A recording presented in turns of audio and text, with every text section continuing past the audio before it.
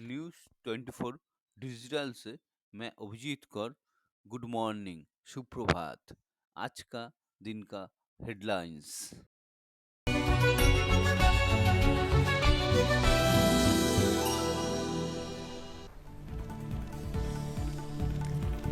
Donald Trump ने ली America के 47वें राष्ट्रपति पद की शपथ। कहा, अमेरिका का स्वर्णिम युग शुरू हुआ। प्रधानमंत्री नरेंद्र मोदी ने ट्रंप को दी बधाई। विदेश मंत्री डॉक्टर एस जयशंकर बोले, ट्रंप के शपथ ग्रहण में भारत का प्रतिनिधित्व करना गर्व की बात।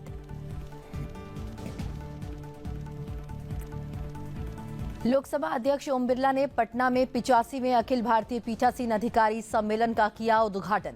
संसद की कार्यप्रणाली और प्रक्रिया का अद्यतन संस्करण किया जारी।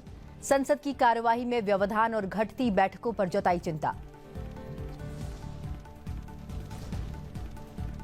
आज उपराष्ट्रपति जगदीप धनखड़ करेंगे रायपुर का दौरा। एनआईटी रायपुर, आईआईटी भिलाई और आईआईएम रायपुर के छात्रों से करेंगे संवाद।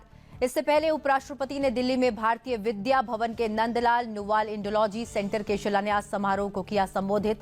सांस्कृतिक पुनर्जागरण की आवश्यकता पर दिया जोर। गणतंत्र दिवस परेड 2025 में होगा भारत की सांस्कृतिक विविधता और सैन्य ताकत का प्रदर्शन। संविधान के 75 वर्ष पर होगा विशेष फोकस। 45 से अधिक नृत्य रूपों का किया जाएगा प्रदर्शन। 5000 से ज्यादा कलाकार लेंगे भाग। महाकुंभ 2025 प्रयागराज में 15 लाख विदेशी पर्यटकों सहित 45 करोड़ से अधिक श्रद्धालुओं के आने की उम्मीद। किन्नर अखाड़ा सहित सभी 13 प्रमुख अखाड़े शामिल।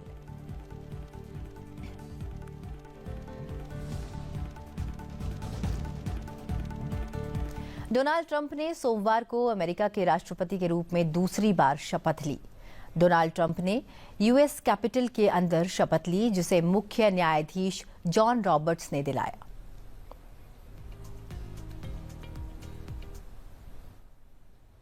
Of President of the United States. And will, to the best of my ability. And will, to the best of my ability. Preserve, protect, and defend. Preserve, protect, and defend. The Constitution of the United States. The Constitution of the United States. So help me God. So help me God. Congratulations, Mr. President.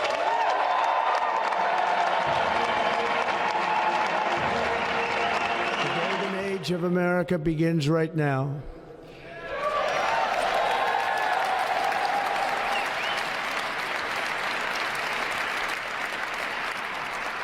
From this day forward, our country will flourish and be respected again all over the world. We will be the envy of every nation, and we will not allow ourselves to be taken advantage of any longer. During every single day of the Trump administration, I will very simply put America first. प्रधानमंत्री नरेंद्र मोदी ने Donald Trump को America के 47वें राष्ट्रपति बनने पर बधाई दी है। प्रधानमंत्री नरेंद्र मोदी ने सोशल मीडिया प्लेटफॉर्म एक्स पर लिखा, मेरे प्रिय मित्र राष्ट्रपति @रियल डोनाल्ड ट्रंप को 47वें अमेरिकी राष्ट्रपति के रूप में ऐतिहासिक शपथ ग्रहण पर बधाई। मैं एक बार फिर हमारे देशों के लाभ और दुनिया के बेहतर भविष्य के लिए आपके साथ काम करने को लेकर उत्सुक हूं। आपके सफल कार्यकाल के लिए शुभकामनाएं। देश की विधायी संस्थाओं के अध्यक्षों का सबसे बड़ा समागम। 85वें अखिल भारतीय पीठासीन अधिकारी सम्मेलन बिहार की राजधानी पटना में आयोजित हो रहा है। सम्मेलन का उद्घाटन लोकसभा अध्यक्ष ओम बिरला ने किया।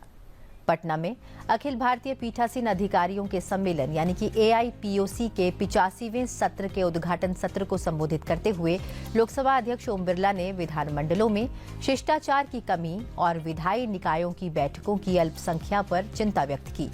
उन्होंने पीठासीन अधिकारियों से विधानमंडलों के कामकाज में डिजिटल प्रौद्योगिकी, आर्टिफिशियल इंटेलिजेंस और सोशल मीडिया के उपयोग को बढ़ावा देने और अपनाने का आह्वान किया।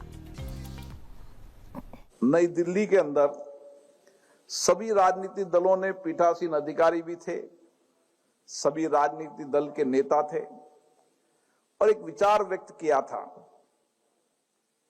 कि सदनों के अंदर लगातार व्यवधान, बेल में आना, नारेबाजी करना, नियोजित तरीके से सदन स्थगित करना, इन सारे विषयों पर बड़ी गंभीर चर्चा हुई थी। आज वो चिंता आज भी है। हमें कोशिश करना चाहिए सभी राजनीतिक दलों से चर्चा कर कि हम सदन में व्यवधान कम करें, नियोजित गतिरोध को रोकने का प्रयास करें, सदन की गरिमा प्रतिष्ठा बढ़ाने के लिए सभी राजनीतिक दल सहयोग करें। महामहिम राज्यपाल के अभिभाषण के समय सदन में गरिमा रहे। इन सारे विषयों पर बड़ी गंभीर चर्चा हुई थी, क्योंकि पटना एक ऐतिहासिक धरती है। हमें कुछ फैसले लेकर यहां से जाना होगा। सभी राजनीतिक दलों से भी अपेक्षा है कि वह अपने अपने दल में एक आचार संहिता बनाए, सदनों में अपने अपने चुने हुए प्रतिनिधियों को सदनों की गरिमा प्रतिष्ठा बनाने के लिए राजनीतिक दल आचार संहिता बने, क्योंकि किसी भी सदन की गरिमा उस सदन के माननीय प्रतिनिधि से है। जितना जनप्रतिनिधि की मर्यादापूर्ण आचरण करेंगे, आदर्श जनप्रतिनिधि की भूमिका निभाएंगे, उतनी सदन की गरिमा भी बढ़ेगी और हम लोकतंत्र को सशक्त मजबूत करते हुए शासन की जवाबदेही और पारदर्शिता भी लाएंगे। इस दौरान राष्ट्रीय ई विधान एप्लीकेशन के उपयोग और लाभों का उल्लेख करते हुए लोकसभा अध्यक्ष ने कहा कि सभी विधायी निकाय तेजी से आगे बढ़ रहे हैं और 2025 तक एक राष्ट्र एक विधान मंच एक वास्तविकता बन जाएगा।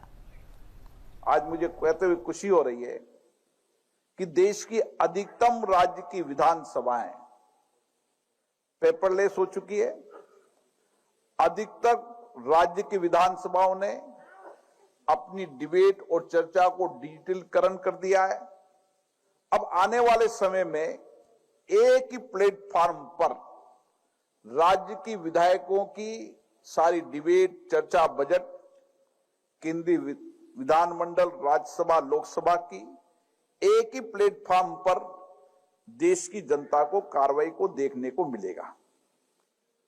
और एक प्लेटफॉर्म पर जब राज्य की विधानसभा और लोकसभा राज्य की कार्रवाई होगी तो निश्चित रूप से कानून बनाते समय हमारे जनप्रति सार्थक चर्चा कर पाएंगे, बजट के अनुभवों का लाभ भी प्राप्त कर पाएंगे और बजट पर भी सार्थक चर्चा कर पाएंगे।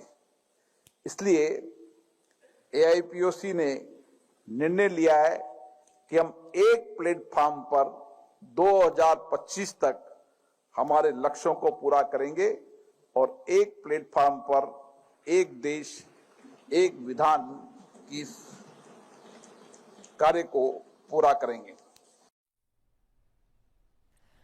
इस अवसर पर राज्यसभा के उपसभापति हरिवंश, बिहार विधान परिषद के सभापति अवधेश नारायण सिंह, बिहार विधानसभा के अध्यक्ष नंद किशोर यादव, उप मुख्यमंत्री सम्राट चौधरी और ग्रामीण विकास मंत्री श्रवण कुमार भी मौजूद रहे।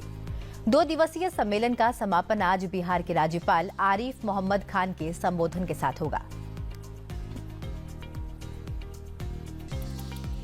बिहार में 85वां अखिल भारतीय पीठासीन अधिकारी सम्मेलन यानी कि एआईपीओसी चल रहा है। देखते हैं महाराष्ट्र विधान परिषद की उप सभापति नीलमताई गोहरे से बातचीत के कुछ अंश।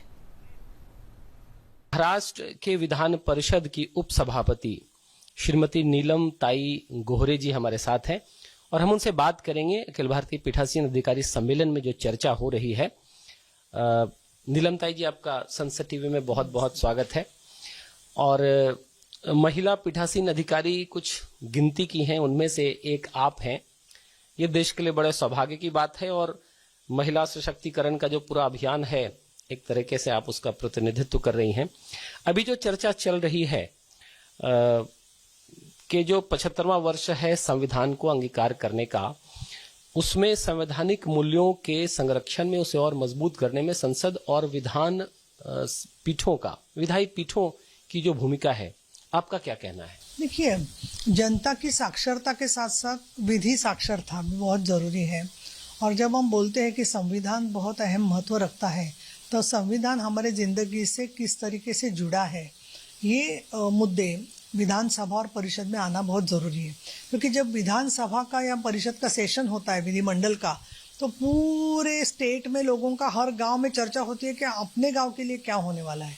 मतलब विधान भवन में सिर्फ होता है वो चर्चा नहीं है, पूरे गांव-गांव में चर्चा है कि ये कानून पास हो गया, या लोग बोलते हैं अरे कुछ नहीं हुआ, दाम कब मिलेगा। लेकिन इसका मतलब है कि हमारे जिंदगी के बारे में निर्णय लेने वाले विधिमंडल है, ये लोगों को मालूम है। और ऐसे विधिमंडलों में जब चर्चा होती है लोकशाही के बारे में, से 75 साल हो गए राज्य घटना को, तो राज्य घटना को बचाना है मतलब क्या करना है, राज्य घटना का संवर्धन करना है मतलब क्या है, ये सब मुद्दे सामने आना जरूरी है।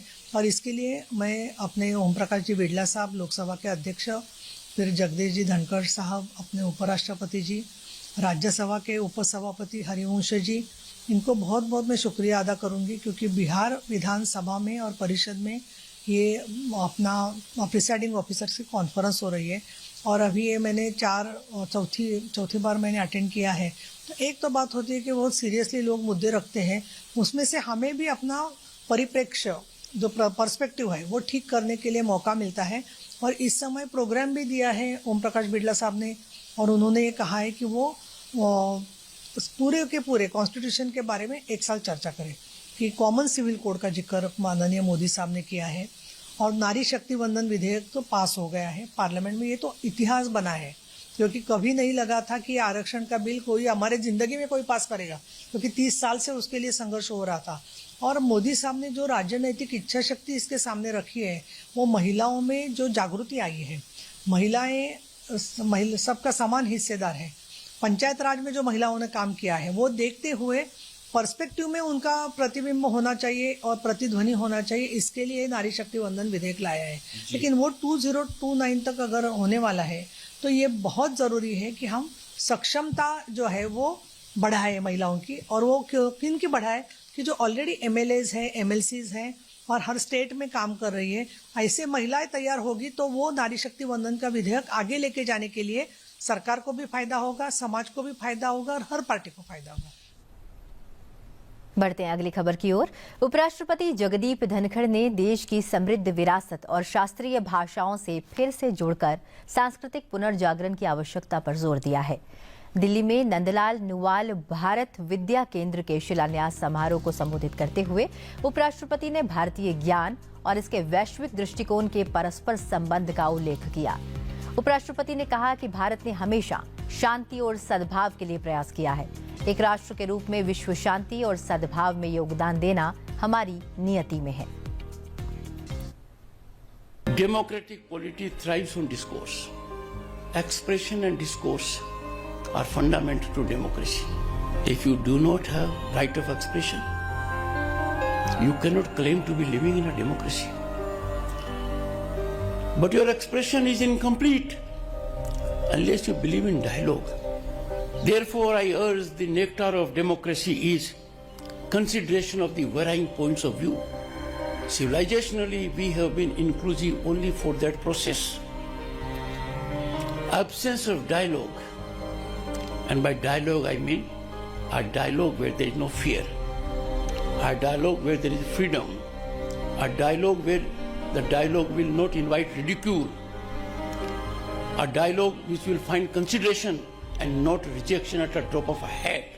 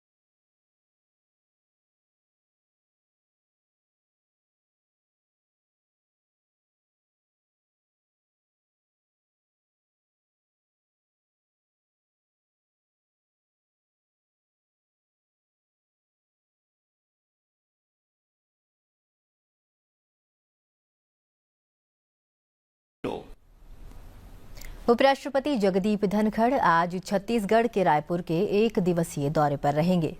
अपने 1 दिवसीय रायपुर दौरे के दौरान उपराष्ट्रपति एक संवाद सत्र की अध्यक्षता करेंगे। इस दौरान वे राष्ट्रीय प्रौद्योगिकी संस्थान NIT रायपुर, भारतीय प्रौद्योगिकी संस्थान IIT भिलाई, भारतीय प्रबंधन संस्थान IIM रायपुर के छात्रों के साथ बेहतर भारत के निर्माण के लिए विचार विषय पर छात्रों से बातचीत करेंगे। उपराष्ट्रपति इस दौरान छात्रों को संबोधित करेंगे और उनका मार्गदर्शन भी करेंगे। इन सभी कार्यक्रमों का सीधा प्रसारण आप संसद टीवी पर देख सकते हैं।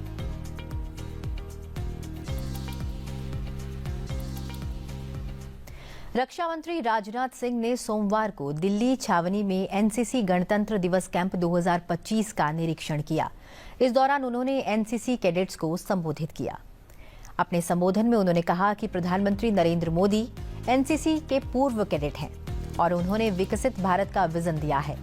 उन्होंने कैडेटों से भारत को 2047 तक एक विकसित राष्ट्र बनाने के उनके सपने के योगदान देने का आह्वान किया। रक्षा मंत्री ने NCC कैडेट से अपील की कि वो विकसित भारत के सपने को पूरा करने में अपना बेहतर योगदान दें।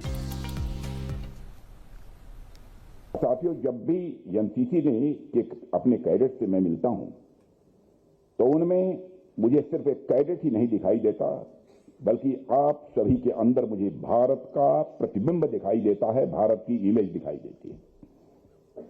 एक ऐसा भारत जिसके शरीर अनेक हैं लेकिन आत्मा एक है, जिसकी ब्रांचेज अनेक हैं पर रूट एक है, जिसकी किरणें रेज अनेक हैं पर ज्योति एक है। आपके अंदर जो ऊर्जा और जोश का समावेश है उसमें मुझे साफ दिखता है कि एक राष्ट्र के रूप में हमारा भविष्य बहुत ही उज्जवल है और आगे भी रहेगा, ऐसा मेरा पक्का विश्वास है। बता दें कि देश के सभी 28 राज्यों और 8 केंद्र शासित प्रदेशों से कुल 2361 कैडेट 1 महीने चलने वाले इस NCC कैंप में हिस्सा ले रहे हैं। इनमें जम्मू कश्मीर और लद्दाख से 114 और पूर्वोत्तर क्षेत्र से 178 कैडेट शामिल हैं, जो लघु भारत की झलक पेश कर रहे हैं। यह शिविर 30 दिसंबर 2024 से शुरू हुआ और 27 जनवरी 2025 को प्रधानमंत्री नरेंद्र मोदी के संबोधन के साथ समाप्त होगा। इस वर्ष कैंप में 917 बालिका कैडेट भी भाग ले रही हैं, जो अब तक की सर्वाधिक हैं।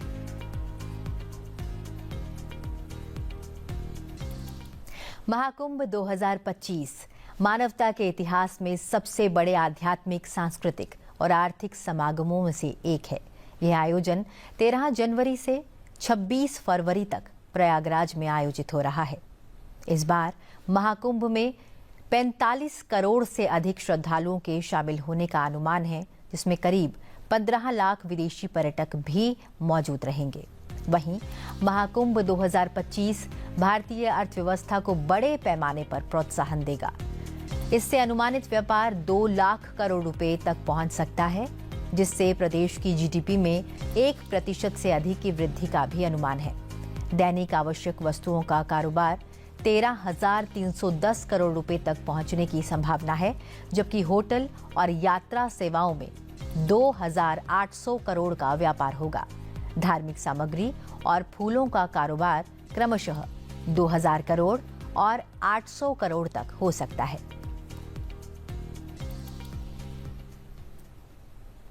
बुलेट ट्रेन के विजन को आगे बढ़ाते हुए महासर कॉरिडोर के लिए भारत की सबसे लंबी 21 किलोमीटर रेल सुरंग का काम शुरू हो चुका है। बुलेट ट्रेन 250 किलोमीटर प्रति घंटे की रफ्तार से इस सुरंग को महज 5 से 6 मिनट में क्रॉस कर जाएगी।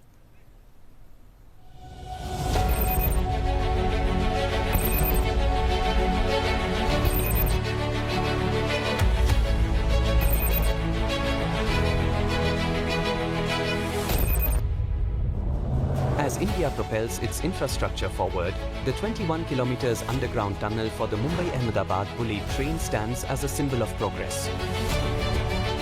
This significant project features India's first 7 kilometers undersea tunnel beneath Thane Creek. 5 kilometers will be carved out using NATM and 16 kilometers will be excavated using TBM.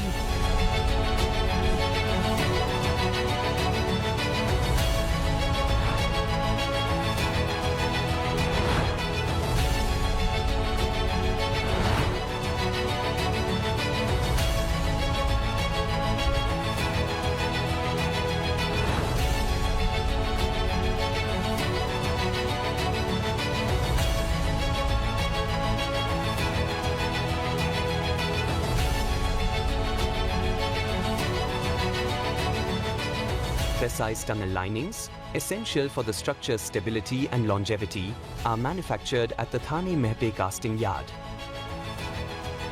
This engineering marvel showcases our commitment to speed and connectivity, symbolizing our stride towards Viksit Bharat, Sashakt Bharat.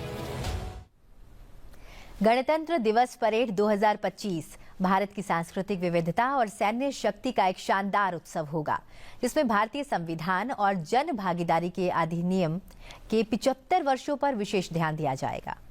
Parade में मुख्य अतिथि Indonesia के राष्ट्रपति Prabowo Subianto होंगे। 26 जनवरी को कर्तव्य पथ पर होने वाली परेड में इंडोनेशिया का 160 सदस्यीय मार्चिंग दस्ता और 190 सदस्यीय बैंड दल भी भाग लेगा। इसके साथ ही भारतीय सशस्त्र बलों के दल भी इस परेड में शामिल होंगे।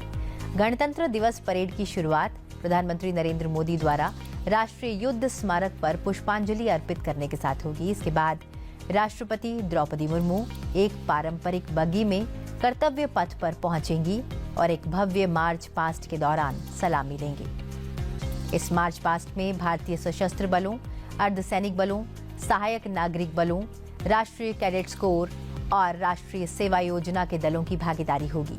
परेड में न केवल भारत की सैन्य ताकत का प्रदर्शन किया जाएगा, बल्कि इसके जरिए संस्कृति, विविधता और राष्ट्रीय एकता की झलक भी प्रस्तुत की जाएगी।